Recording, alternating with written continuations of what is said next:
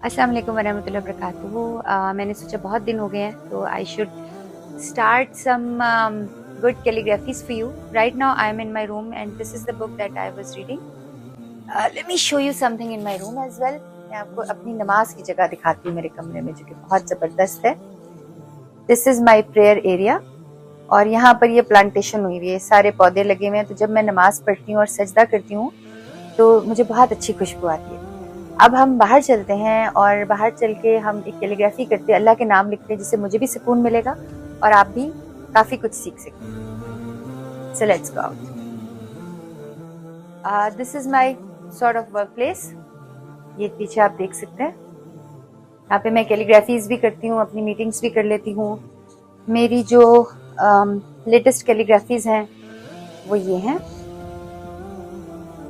ये पता नहीं ऑर्डर उठा कर नहीं लेके जा रहे। So here I am